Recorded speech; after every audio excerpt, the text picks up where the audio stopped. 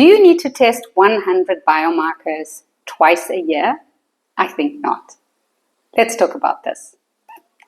Now, biomarkers are metabolites that can be measured in blood, for example, that can track how you are doing or how your organs, the state of health of your organs. Let's say it like that. And so what we are seeing in the industry right now is that there's an explosion of biomarkers that you can test, or companies that are providing these biomarkers, which means that you can track your, liver health, your kidney health, your nutritional biomarkers, for example, twice a year. And so this is all because there has been a huge shift, towards prevention and high consumer interest in health and nutrition, which then led to, these huge investments in these companies that can provide these DIY kits that can be sent to your home. You do a finger prick or use a device on your arm that can extract blood that then gets sent to the lab for testing and analysis. Now, I think in a way, this development has been good because it means that there's more accessibility to blood tests. So, for example, it could be very difficult just to understand what your vitamin D is if maybe it's not something that's tested in your annual labs. And so this makes, access to those blood markers that you didn't get before makes it a lot higher. It also makes blood testing more affordable, which means that because it's now at scale, you don't need to pay up, the markup price. You can now, get it at an affordable rate. And of course, as I said, this shift towards prevention means that people can self-track, they can self-monitor, they can see where they are on a regular basis. In this case, twice a year. Now, the issue that I have with this approach and the explosion that I just see with biomarkers just being able to be tested and then being able to be integrated into digital health platforms, for example, we need to stop and think what the unintended consequences of these will actually be. Because if you think about it, they don't come cheap. So it's about $500 for 100 panels, twice a year. And from my experience, I worked in the clinical nutrition setting for 8 years. I worked with great doctors, great gastroenterologists, great surgeons. And there has never been a time where anybody said, let's test 100 biomarkers for this particular patient or even an outpatient clinic. Because you need to be very focused about what you are looking for or what you are screening for or what you are tracking, because your body is essentially a system.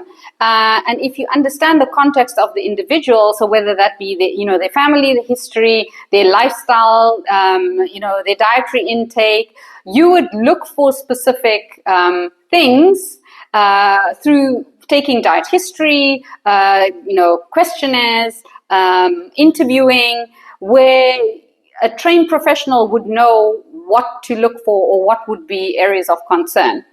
And so if you think about paying $400, $500 for 100 biomarkers that you didn't really need, that money could be spent in a much better way. So you could, for example, if you're concerned about your metabolic health, and there's a strong reason for tracking that and improving that, that would be a great incentive for you to get those kind of biomarkers specifically. But, in my view, if your liver was fine, in January and nothing has changed, you don't drink, your lifestyle didn't change, you didn't take medication, you didn't have any infection, you didn't travel. There's so many variables to that. You have no symptoms whatsoever, you have no concerns whatsoever. What would be the concern to test your complete liver profile again at the end of the year. So I think we need to be really careful about over-testing and overwhelming, worrying individuals about, testing, and really putting that pressure that if you don't have insight into 100 biomarkers twice a year, that you are not doing prevention right. And I think we really need to be careful that we don't promote prevention as something that is only reserved for the elite, because everybody can, with information, with the right kind of information that is relevant to them and personalized to them, can engage in preventative behaviors, so to speak. And so I think it's important to test what moves the needle, but especially look for things that we know that people have access to information. So they know about nutrition, but they might not act on it. They know about exercise, but they might not act on it. Or we might not act on it.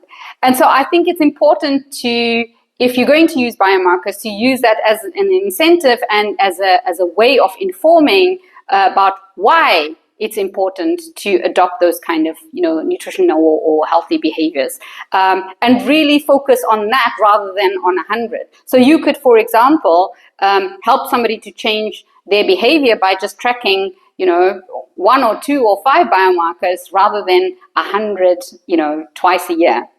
The other thing that's really important is that you need expert input. So there's no point in having 100 biomarkers twice a year with no expert input to put that information into perspective for you, to know what is really important for you, what should you really pay attention to for you, and moving forward, what are the things that would be interesting and what you really should be acting on. And so I think an expert can really help with making sense of that information. And I know increasingly we are seeing Gen AI doing that job of summarizing the data and telling you what to do.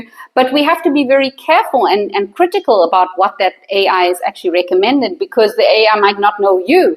They might not know your family history, your past, medical history. And so I think it's really important that those prompts are checked. That what databases are they pulling on to provide that recommendation for you? And so even if you are using AI-generated recommendations and advice, that you also check that with your healthcare professional to make sure that that is actually relevant for you. I would say, having access to these DIY kits is fantastic, but I do think that it needs to be very tailored. It needs to be very personalized. I would love for people to test only what they need to, and spend the rest of the money on actually doing. So spend it on the healthy food, spend it on the coach, spend it on the personal trainer, spend it on getting moving and doing the things that actually help you to move the needle towards optimal health. And so it might be that it's controversial. I'm all for prevention. I'm all for tech-driven, insights. But I think it needs to be done ethically. I think it needs to be done responsibly. I think it needs to be done with expert input. And I think it needs to be done equitably, so that prevention is really everybody's role.